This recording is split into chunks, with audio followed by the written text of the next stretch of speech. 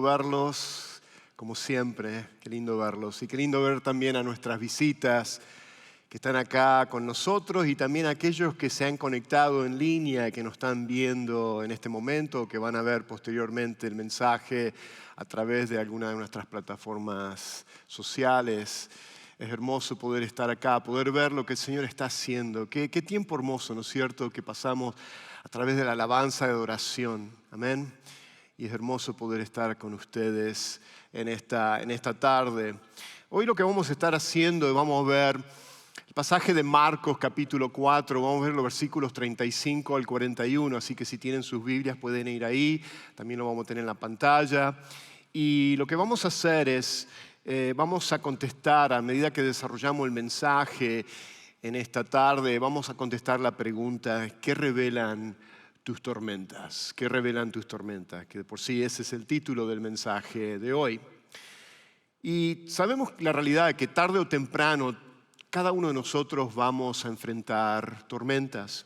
Y algunas de esas tormentas, ¿no es cierto?, van a llegar sin avisarnos, como ser el diagnóstico médico algo inesperado, ¿no es cierto?, como me pasó, yo les había contado, me pasó el año pasado, de que después de un mes del diagnóstico me tenían que operar de la columna.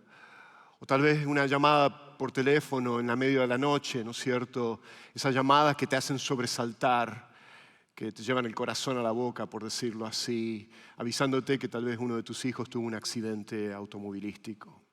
O tal vez una pérdida de un trabajo que fue inesperado, algo que vino así sin avisar. Y sabemos que en un instante todo puede cambiar. Todo puede cambiar. Y así ocurrió el 21 de mayo del 2024, donde un avión de la aerolínea Singapore Airlines que despegó de Londres a Singapur, y lo que parecía ser ¿no es cierto?, un vuelo completamente normal. Después de 10 horas en el aire, ya muchos de los pasajeros estaban ya descansando, ¿no es cierto? Algunos estaban viendo una película. Cuando de repente el avión entra en una zona de gran turbulencia. Estos son 211 pasajeros en un Boeing 777, un avión grande. Y cuando entra en esta zona de turbulencia, el avión empieza a sacudirse violentamente, al punto de que aquellos pasajeros que tal vez estaban caminando en el pasillo, otros que no tenían puestos sus cinturones, prácticamente volaron pegando el techo de la cabina. Los compartimientos de las valijas de las cabinas se abrieron y empezaron a salir las valijas y después también habían caído las mascarillas del oxígeno. En un instante esa cabina se convirtió en un lugar de terror. Se podían escuchar los gritos de los pasajeros, mucha gente llorando, muchos otros estaban orando pensando que ya estaban a punto de morir. Después de que el avión pudo aterrizar, ¿no es cierto?, uno de los pasajeros lo entrevistaron y dijo lo siguiente: todo ocurrió tan rápido que pensábamos que era el final de nuestras vidas. Aquí tengo una foto de cómo quedó la cabina, ¿no es cierto?, después de que el avión pudo aterrizar. Y realmente fue un vuelo de terror. Ahora bien, la turbulencia en este avión no reveló quién eran los pasajeros más valientes, los que tal vez no lloraron o se la aguantaron, porque tú y yo, si estaríamos en esa situación, estaríamos, ¿no es cierto?, desesperados, estaríamos aterrorizados. Por lo que sí esta turbulencia reveló es donde cada pasajero, cada persona buscó su seguridad cuando perdieron el control. Y eso es lo que hacen exactamente las tormentas de nuestras vidas. O sea, que no crean nuestra fe, sino que simplemente revelan donde ya estaba puesta nuestra fe. Y eso fue exactamente lo que descubrieron los discípulos en este pasaje que vamos a ver a continuación, en una noche tormentosa, de una gran tormenta ahí en el mar de Galilea. Pero antes de entrar en el pasaje de Marcos 4, quiero que me acompañen un poquito así de ver lo que ocurrió esa noche. Versículo 1 del capítulo 4 de Marcos nos dice que Jesús había comenzado a enseñar a las multitudes Y las multitudes empezaron a agolpar ahí en las orillas del mar de Galilea, al punto que Jesús tuvo que subirse en una barca, haciendo un tipo de púlpito flotante, para poder enseñar a las multitudes que se habían agolpado ahí a las orillas del mar de Galilea. Jesús había estado enseñando prácticamente todo el día y ya era el atardecer cuando Jesús, ¿no es cierto?, está cansado, sumamente cansado, al punto que le dice a sus discípulos y le pide a sus discípulos de pasar al otro lado, de cruzar al otro lado del mar de Galilea, que es realmente un lago, pero se le conoce como mar de Galilea.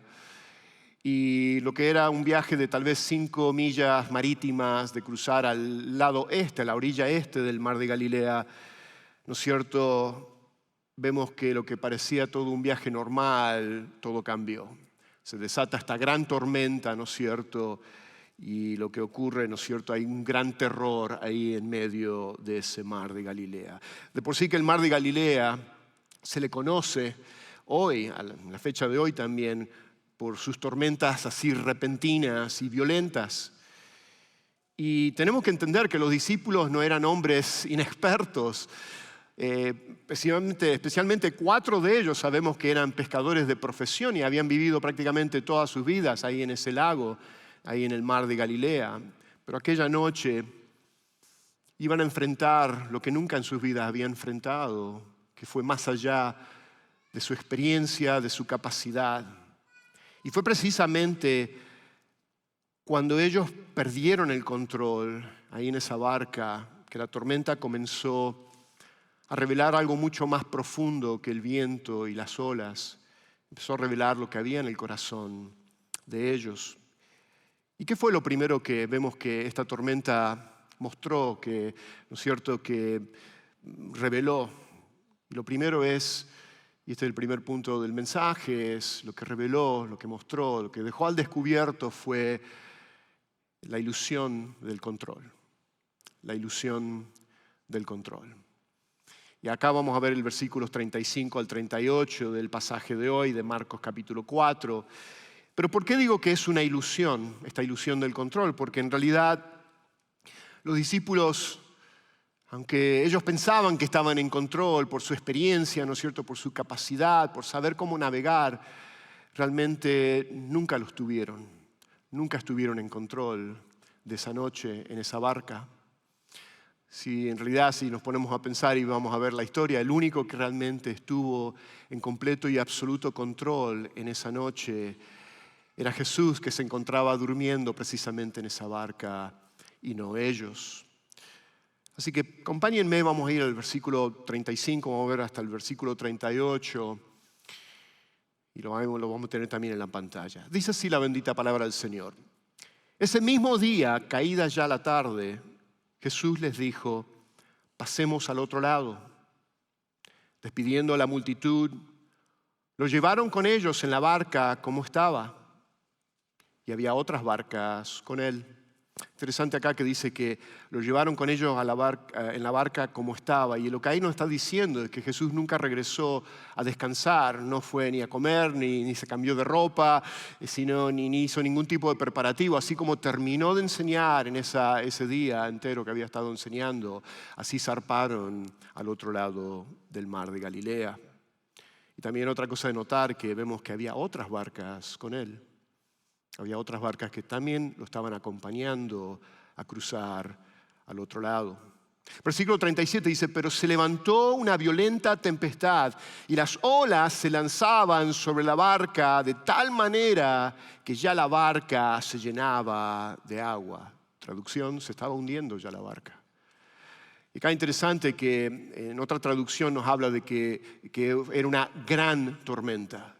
Y esa palabra gran en el griego en el original viene de la palabra megas, que viene de la palabra mega, de algo que es enorme, algo que es súper grande. Entonces vemos que era una tormenta de un tamaño mega. Versículo 38, Jesús estaba en la popa, durmiendo sobre una almohadilla. Entonces lo despertaron y le dijeron, Maestro, ¿no te importa que perezcamos? Y vamos a regresar a este versículo 38 un poquito más adelante. Pero que el Señor nos dé oídos para oír lo que el Señor quiere ministrarnos a través de su bendita palabra en esta tarde. Las tormentas no nos quitan el control, sino que nos muestran que el control nunca estuvo en nuestras manos. Acá lo vemos con los discípulos. Pero yo quiero que nosotros miremos y observemos cuidadosamente el pasaje que acabamos de leer. Porque miren cómo comienza la historia. Nos dice que Jesús les dice a ellos: pasemos al otro lado. Quiero que se acuerden de eso. Porque Jesús no le dice: pasemos al otro lado para que después estemos en el medio del mar de Galilea en esa noche y perezcamos. Ahora bien, ellos obedecen. Entonces acá estamos viendo que están en la perfecta voluntad de Dios. Jesús les dice, ellos obedecen, suben a la barca, comienzan el viaje, todo parece normal y como ya leímos, de repente el viento comienza a soplar, las olas empiezan a pegar esa embarcación, el agua empieza a entrar adentro, ¿no es cierto? Se está como ya hundiendo. Y tenemos que preguntarnos, ¿cuál fue entonces la primera reacción de los discípulos? Y aunque Marcos no nos dice, ¿no es cierto? No nos dice que ellos inmediatamente fueron y lo despertaron a Jesús. La verdad que no nos da el detalle de qué lapso de tiempo pasó entre que empezó a desatarse la tormenta, ¿no es cierto?, esa noche y después cuando ellos fueron finalmente a despertarlo. Pero es muy probable y podemos suponer, ¿no es cierto?, de que ellos sabían lo que tenían que hacer, ¿no es cierto? Como yo decía, ellos no eran hombres inexpertos, 4 de ellos eran de profesión pescadores, habían vivido todas sus vidas y entonces ellos tenían cierto conocimiento, sabían cómo reaccionar, ¿no es cierto? De tratar de maniobrar esa embarcación, poner las velas, tratar de maniobrar de que no se llene de agua y todo eso. Pero acá esta tormenta fue muy diferente tal vez a otras tormentas que ellos tal vez vivieron, como era de costumbre en ese mar de Galilea. Porque acá el pasaje nos dice que no era cualquier tormenta, sino que era una violenta, era una mega tempestad. Y también para añadir acá, no quiero tomar mucho tiempo, esa palabra tempestad o tormenta es una palabra que se puede traducir como huracán también. O sea que era extremadamente peligrosa. Y si hombres acostumbrados, ¿no es cierto?, a enfrentar, ¿no es cierto?, tormentas ahí en este mar de Galilea, de haber conocido, ¿no es cierto?, de poder navegar en este lago, llegaron a pensar que iban a morir porque ellos le dijeron a Jesús: ¿no te importa que estamos ya a punto ya de perecer? Es porque la situación, hermanos, hermanas, era apremiante. Era algo de desesperación. Y eso me hace pensar de que mientras creemos que nosotros estamos en control, ¿no es cierto?, de nuestras situaciones, nuestros asuntos, de nuestros problemas, ¿qué pasa? Confiamos mucho en nosotros mismos. Somos tan autosuficientes. Y solamente cuando perdemos el control, es ahí que nos damos cuenta cuánto realmente necesitamos a Dios. Y acá no es porque no creamos en Él, no es eso, sino que muchas veces vivimos nuestras vidas y vemos a Dios como nuestra última alternativa. Cuando todo falla, ¿no es cierto? Cuando hemos intentado todo lo que nosotros sabemos que hacer por nuestra experiencia, ¿no es cierto?, nuestra capacidad y todo eso, vivimos y lo tratamos a Dios como si fuera la última alternativa, el último recurso de que cuando ya cae todo y todo falla, recién ahí lo buscamos a Dios y entonces recién ahí oramos, ¿no es cierto?, y suplicamos y ahí estamos buscándolo a Él, cuando en realidad Él quiere ser nuestra primera confianza. Y lo que eso nos dice entonces, que Dios permite tormentas que no podamos nosotros controlar. ¿Para qué? Para enseñarnos a qué, a confiar. A confiar en aquel que solamente está en completo y absoluto control de todas las cosas. Y las tormentas, como ya vamos a ver y estamos viendo, tienen esta capacidad de derrumbar esa ilusión de que estamos en control. Y cuando esa ilusión cae, cuando esa ilusión es derrumbada, entonces ahí yo creo que tú y yo estamos en condiciones de realmente y verdaderamente poder confiar en el Señor, de poder descansar en Él, de que Él sea realmente nuestro único refugio. Bueno, y ahí ya vieron en la historia, finalmente los discípulos hacen lo que deberían haber hecho al principio, ¿no es cierto? Van y despiertan a Jesús. Pero yo quiero que nuevamente noten y escuchen bien lo que ya leímos, ¿no es cierto? Lo que ellos dicen y lo que le dicen al Señor. Porque las palabras acá los discípulos revelan un problema mucho más profundo que el miedo o el temor que ellos tenían ahí en esa tormenta. Versículo 38, nuevamente lo que leímos, dice: Jesús estaba en la popa durmiendo sobre una almohadilla. Interesante acá y muy importante de observar que acá nos está hablando realmente de la humanidad de Jesús, de que Él es plenamente Dios, pero también es plenamente hombre. Jesús estaba completamente exhausto ese día, cansado. ¿No te ha pasado esos días que has estado tal vez trabajando todo el día en el sol y después como que te tiras en la cama tan solo, prendes el televisor y ahí está, y como que te desconectaste y te olvidaste completamente qué estabas haciendo, y ni siquiera te diste cuenta que te dormiste y todo eso, y que porque estabas tan cansado? Jesús, aún en medio de esta tormenta, está tan cansado que vemos que Él está durmiendo. Interesante que habla de una almohadilla, y no quiero entrar en tantos detalles por el tiempo, pero es hermoso poder ver cómo este evangelio de San Marcos, escrito por el autor Juan Marcos, que fue un discípulo de Pedro, vemos que nos da el detalle acá de la veracidad de esta historia, porque los detalles nos marcan y nos demuestran la verdad del evangelio.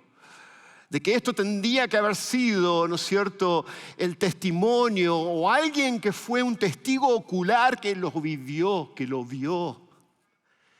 ¿Y quién más que el apóstol Pedro, ¿no es cierto?, que estuvo en esa barca, que después se lo transmite y se lo dice a Juan Marcos, y Juan Marcos, inspirado por el Espíritu Santo, nos los menciona aquí en Marcos capítulo 4. Pero bueno, esta pregunta que acá terminamos de leer, cuando le dice: maestro, bueno, me salté un poquito, entonces lo despertaron, ¿no es cierto? Y le dijeron: maestro, ¿no te importa que perezcamos?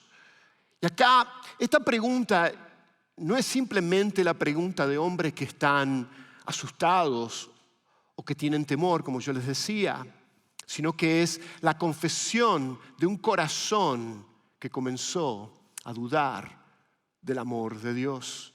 Acá estaban cuestionando. El asunto no es de hacer, el problema no era de hacer la pregunta, pero era en la condición, en la manera que estaban haciendo esa pregunta y qué es lo que realmente ellos le estaban diciendo al Señor. Y acá entonces entramos en la segunda revelación que hace todas nuestras tormentas o las tormentas de nuestras vidas, que es la duda del amor de Dios. Es el dudar, ¿no es cierto? Estamos hablando que estamos dudando del carácter de Dios, de que Él no va a ser fiel, de que Él no nos va a cuidar cuando estemos en nuestras tormentas. O sea, que ellos no le dijeron: Señor, sálvanos, ¿no es cierto? Sino que vemos que en medio de esa tormenta le preguntaron: ¿no te importa que perezcamos? O sea que yo creo que ellos no dudaban del poder de Jesús, porque lo habían visto hacer milagros, lo habían visto sanar a los enfermos, pero sino que acá comenzaron a dudar de su corazón, de su amor hacia ellos. O sea que en el fondo realmente están diciendo: Jesús, si realmente nos amaras, no nos dejarías pasar por lo que estamos pasando. Y si somos honestos, hermanos, yo creo que ¿cuántos de nosotros hemos pensado exactamente lo mismo cuando el Señor no contesta las oraciones que tal vez, ¿no es cierto?, de la manera que nosotros esperábamos que Él nos lo contestara. Cuando el Señor nos sana de esa enfermedad que estamos padeciendo, ¿qué pasa? Empezamos a pensar que Él dejó de amarnos, que dejó de escucharnos, que ha dejado de estar interesado por nuestras situaciones. Pero ¿saben algo, hermanos, hermanas? No somos los únicos que luchamos con esas preguntas o esas dudas. El gran rey David, aquel que tenía un corazón conforme al corazón de Dios, en el Salmo 13, él dice lo siguiente: ¿hasta cuándo, Señor, me olvidarás para siempre? ¿Hasta cuándo esconderás de mí tu rostro? En otras palabras, el salmista está preguntando lo mismo que muchas veces nosotros nos preguntamos: Señor, ¿todavía me ves en esta situación en la cual estoy viviendo? Señor, ¿me estás escuchando? ¿Realmente, Señor, te importo? ¿Me amas? Y lo que la tormenta hace es que las tormentas entonces intentan convencernos de que Dios no es tan bueno como Él ha dicho que Él es. Nos mienten las tormentas y poco a poco empezamos a creerlo. Nos dicen: si Dios te amara, esto no te estaría pasando. Y en realidad, hermanos, quiero decirles algo. No es que las tormentas tienen voces. Esa es la voz del enemigo a través de las tormentas.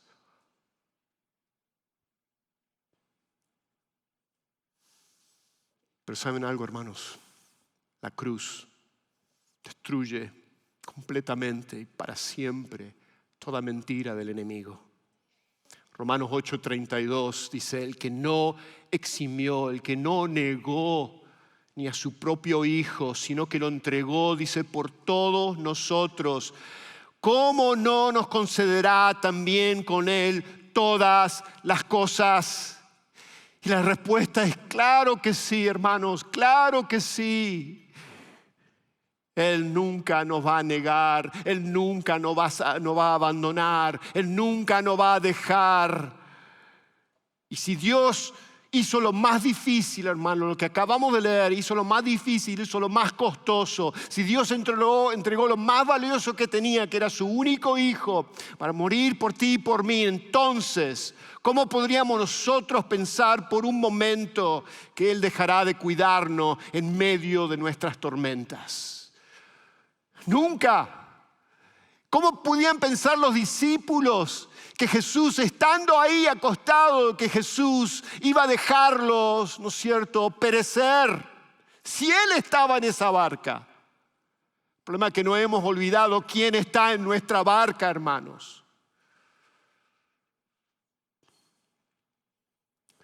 Así que la cruz responde para siempre la pregunta de los discípulos, porque la cruz es la evidencia eterna, hermanos. Es ahí donde tenemos que poner nuestros ojos cuando no hay respuesta, cuando estamos tal vez en medio de la nube, de las tormentas. Miremos hacia la cruz y vemos lo que Cristo hizo por nosotros. Es la evidencia eterna de que Dios no ha dejado de amarnos, ni nunca dejará de amarnos. Porque nos dice que Él nos ha amado con un amor eterno. ¿Has escuchado eso? Jesús nunca reprendió a los discípulos por hacer preguntas, sino que lo que acá los va a reprender, los va a exhortar, más adelante lo vamos a ver, porque llegaron a una conclusión equivocada acerca de Dios. Como les decía, estaban cuestionando su carácter, su amor, su fidelidad.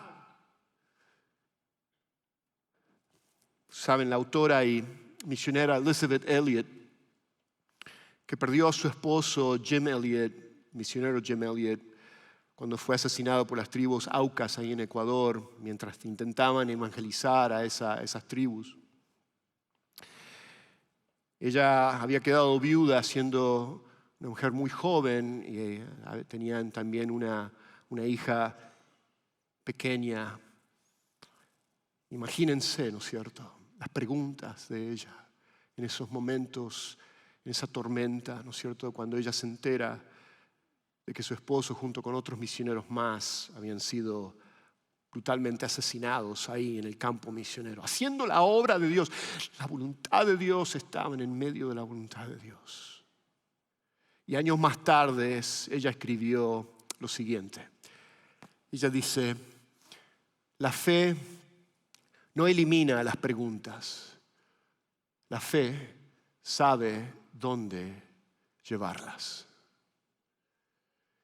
Aunque no tengamos una respuesta, aunque no sepamos el porqué, hermanos, no vamos a saber el porqué. Muchas veces no vamos a ver. No va a haber una explicación, hermano. Pero eso no debe de ser, ¿no es cierto?, donde nos impide o de que dudemos de su carácter. En lugar de llevar todas esas preguntas, todas esas dudas, todas esas incertidumbres, es a los pies de Cristo. Los discípulos confundieron el silencio, ¿no es cierto?, Jesús durmiendo ahí sobre esa almohadilla en la popa del barco, con indiferencia. Confundieron la demora, o sea, de que el Señor nos estaba despertando. ¿Cómo puede ser que nos esté despertando para ayudarnos? Lo confundieron con abandono. Y nosotros, hermanos, hacemos exactamente lo mismo. Pero acá Jesús no iba a dejar esta falsa imagen de Dios sin responder. Porque acá en el relato, siguiendo en el versículo 39, antes de decir una sola palabra a sus discípulos, Jesús dice en el versículo 39, se levantó, reprendió el viento y dijo al mar: cálmate, sosiégate. Y el viento cesó y sobrevino una gran calma. Ahí nuevamente tenemos esa palabra gran, mega, una mega calma. Y con la misma autoridad, ¿no es cierto?, con la que creó el universo, acá el creador del universo, que se encontraba en esa barca, Él dice: calla, enmudece, como lo dice otra traducción. Marco acá nos dice que inmediatamente el viento cesó y que sobrevino una gran calma. Para nosotros, ¿no es cierto?, sería ya el final ya de la historia. Qué tremendo, qué milagro más extraordinario. Qué hermoso, ¿no es cierto? Pero para Jesús, bueno, amén. Pero este no es el final de la historia, así que guardamos los aplausos para después, final. Pero para Jesús el problema más profundo no era el viento, no eran las olas, no era la tormenta que estaba fuera de la barca, sino lo que la tormenta había revelado, como yo les decía, dentro del corazón de sus discípulos. Y por eso que una vez que el mar queda en calma, Jesús, acá en el versículo 40, Él hace dos preguntas a sus discípulos. Y recuerden que cuando Jesús hace preguntas, Jesús no está buscando información, sino que está buscando transformación. Está haciéndonos ver dónde estamos parados, dónde nos encontramos cuando nos confronta con estas preguntas. Y en el versículo 40 entonces les dijo: ¿por qué estáis amedrentados? Como dice otra traducción, ¿por qué están atemorizados? ¿Cómo no tienen fe? Y esto no son dos preguntas independientes, separadas, sino que yo creo que la segunda pregunta explica la primera. Es como si Jesús dijera: ¿saben por qué tuvieron tanto miedo y temor en esta tormenta? Porque nunca escucharon, o porque no escucharon mi voz, y porque no confiaron en mí. Y eso nos lleva entonces a descubrir una tercera verdad acá del mensaje, que es: ¿qué voz gobierna tu corazón? ¿Qué voz gobierna tu corazón? ¿Qué voz escuchaste esta semana? La voz del miedo, la voz de las malas noticias, la voz del enemigo o la voz de Cristo. ¿Qué había pasado con los discípulos? Creo que la respuesta la tenemos ahí en la palabra. Es muy sencillo. Comenzaron a creer más a la voz de la tormenta, la voz del enemigo, a través de esta tormenta, que a la voz de Jesús. Aquella noche había, como les decía, dos voces. La tormenta, el enemigo a través de la tormenta diciendo, van a morir. Y Jesús diciendo desde un principio, pasemos al otro lado. ¿Y ustedes quién creen? ¿Cuál es la voz que realmente tiene victoria? Es la voz de la promesa de Dios, que calla e inmudece completamente la voz del enemigo. Esa misma decisión enfrentamos cada día, hermanos, todos los días en nuestras vidas. ¿A quién vas a creer? ¿A tus emociones, a tus circunstancias, a tus problemas o a Cristo? Porque la fe consiste realmente en creerle a Cristo antes de ver el resultado. Muchas veces creemos que tenemos que ver primero que Dios haga la obra para entonces nosotros poder descansar y tener paz, ¿no es cierto? Pero fe consiste en creerle primeramente a Él. Aunque no veamos el resultado, porque fe es creer que Dios es bueno, no importa cuál sea la circunstancia que tú y yo estemos viviendo o que estemos pasando. Como yo lo decía, Él siempre seguirá siendo fiel. No importa cuál sea, ¿no es cierto?, sea que Dios haya respondido a nuestras oraciones, porque Él siempre responde a todas nuestras oraciones. No hay indiferencia en Él. Él no te está ignorando. Pero muchas veces dentro de su soberana voluntad no sabemos el por qué, ¿no es cierto? Dios opta de contestar de una manera en la cual tal vez no es lo que nosotros estábamos esperando. Pero Él siempre seguirá siempre fiel. Y acá Jesús estaba a punto de darles una lección que jamás ellos iban a olvidar. Uno esperaría, ¿no es cierto?, que después de que Jesús se pone de pie y calma la tormenta, ¿no es cierto?, de que el miedo de ellos iba a desaparecer ya y que estarían en completa paz. Pero Marcos nos dice exactamente lo contrario. En versículo 41, ya terminando acá, dice, y se llenaron, dice, de gran temor y se decían unos a otros, ¿quién pues es este que aún el viento y el mar le obedecen? Hace unos segundos tenían miedo de la tormenta, pero ahora tienen miedo de aquel que calmó la tormenta. Tienen temor. ¿Qué cambió acá? ¿Qué ocurrió? Lo que cambió fue la manera que ahora ellos veían a Jesús. Y eso nos lleva entonces al último punto del mensaje, al descubrimiento más importante, yo creo, de toda esta historia. Más allá de los milagros de Jesús, del milagro de Jesús, porque muchas veces nos enfocamos solamente en el milagro, pero sabiendo que cada milagro, Jesús no hacía milagros por hacer milagros. Cada milagro tenía un propósito. Claro que era para poder aliviar, ¿no es cierto?, el sufrimiento de aquellos que estaban sufriendo de este lado de la eternidad por enfermedades. Pero más allá de eso, los milagros apuntaban a quién Él era, a su divinidad, a su deidad, de que Él es el Rey venidero, es el Rey prometido, de que Él es el Dios creador de todo el universo. Y es ahí donde vemos esto acá. Y eso nos lleva entonces al último punto, el descubrimiento de Jesús.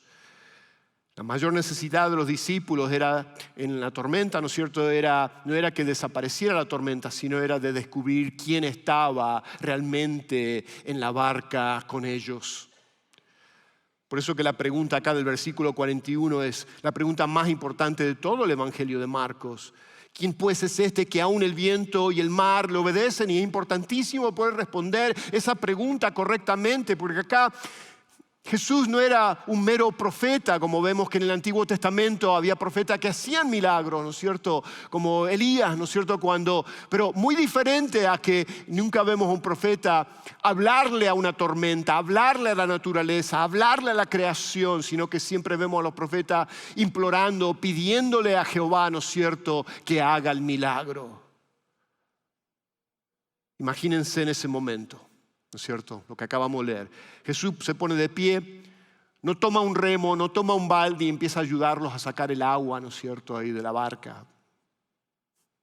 No, simplemente habla. ¿Y qué hace el viento y el mar? Obedecen. La creación reconoce, hermano. Acá tenemos que entender eso, de que la creación reconoce inmediatamente la voz de su creador. Y en la mente del judío tenemos que entender esto. Para un judío este milagro era tremendamente impresionante y significativo. Todos los milagros son maravillosos e impresionantes, pero para un judío, sabiendo que en el Antiguo Testamento solamente Dios tenía autoridad sobre el mar, porque en el Salmo 89:9 nos dice claramente, dice así: tú dominas la furia del mar, cuando sus olas se levantan, tú las apaciguas. Eso es lo que el salmista, ¿no es cierto?, en el Salmo 89 menciona. Y ellos, conociendo el Salmo, sabiendo que solamente Dios tiene la autoridad, y ahora en este momento, en esa noche, ahí en el medio del mar de Galilea, acá se estaba cumpliendo precisamente el Salmo 89 delante de sus ojos. Cuando Jesús ordena al viento y el mar que callen, ¿no es cierto?, y el mar obedece. Está haciendo solamente lo que Dios puede hacer. Los discípulos pensaban que conocían a Jesús, ¿no es cierto? Pero no, después de esta experiencia es ahora cuando realmente lo conocen y descubren que el hombre que dormía en la popa sobre esa almohadilla es el mismo Dios que sostiene el universo, hermanos. ¿Cómo no van a estar llenos de temor? Amén.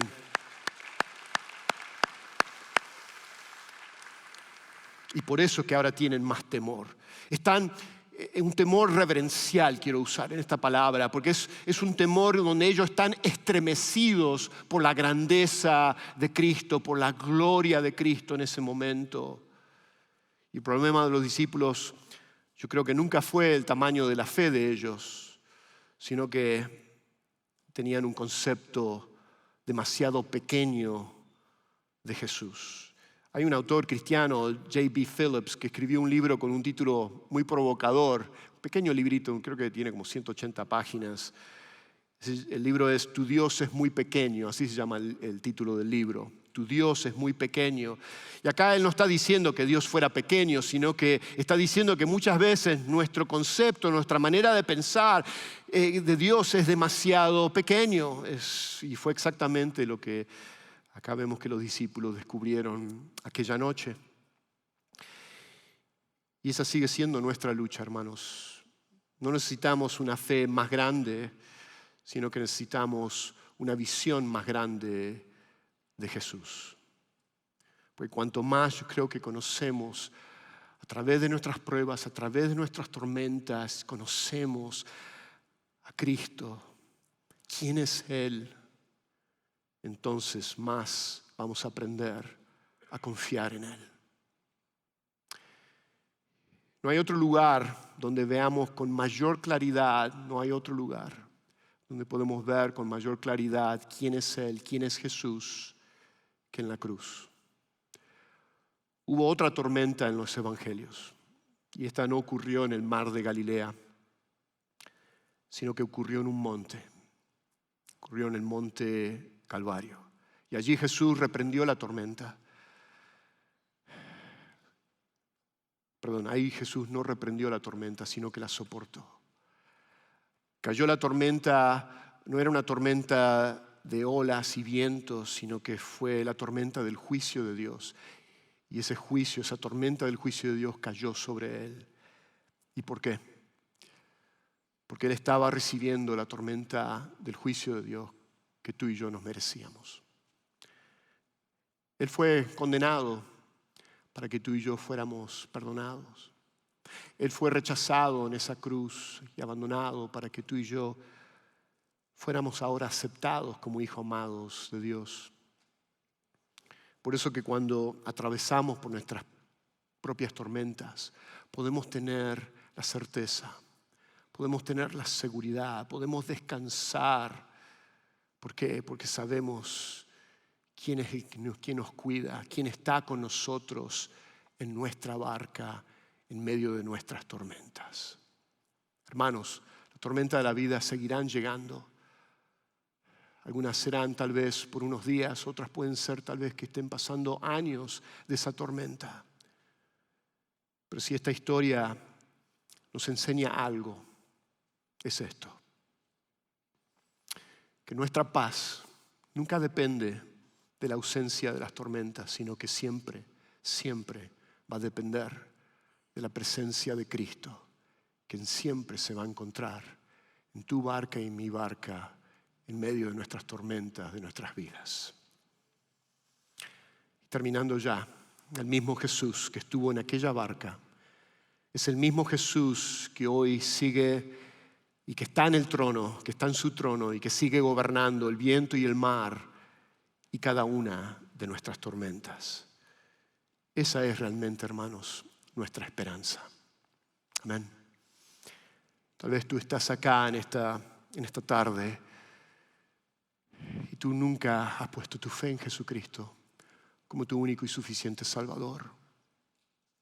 ¿Sabe una cosa? Tú te encuentras solo en la barca de tus tormentas. Qué mejor poder en esta tarde reconocer que necesitas a un Salvador, que necesitas venir al arrepentimiento y poner tu fe en Jesús como tu Señor y Salvador, para que cuando pases por esas tormentas, tú tengas a un gran capitán quien puede hacerte llegar al otro lado. Así que yo quiero animarte que en esta tarde, que tú, si nunca lo has hecho, de que hoy tomes ese paso de fe a recibir a Cristo como tu único y suficiente Salvador. Saliendo por estas puertas tenemos nuestro centro de siguientes pasos. Ahí tenemos colaboradores que pueden orar por ti, pueden explicarte más acerca de este paso de fe, recibir a Cristo como tu Señor y Salvador. Así que no tomes más, que no pase más el tiempo, sino que hazlo hoy. Amén. Padre eterno, te amamos, te damos gracias, Señor, de que tú estás en nuestra barca, de que tú demostraste, Señor, una y otra vez de que tú eres fiel, de que aun cuando, Señor, no sabemos el por qué o el cuándo, el cómo, Señor, o no tengamos respuesta de nuestras dudas, Señor, podemos dirigir nuestras preguntas y nuestras dudas a tus pies, Señor, sabiendo que tú eres un Dios bueno, tú eres un Dios que se interesa por cada uno de nosotros y te interesa, Señor, y nos cuidas y nos amas con un amor eterno. Gracias, Señor, de que podemos recurrir a ti y encontrar, aún en medio de la tormenta, porque tú te encuentras en mi barca, poder tener paz y tranquilidad.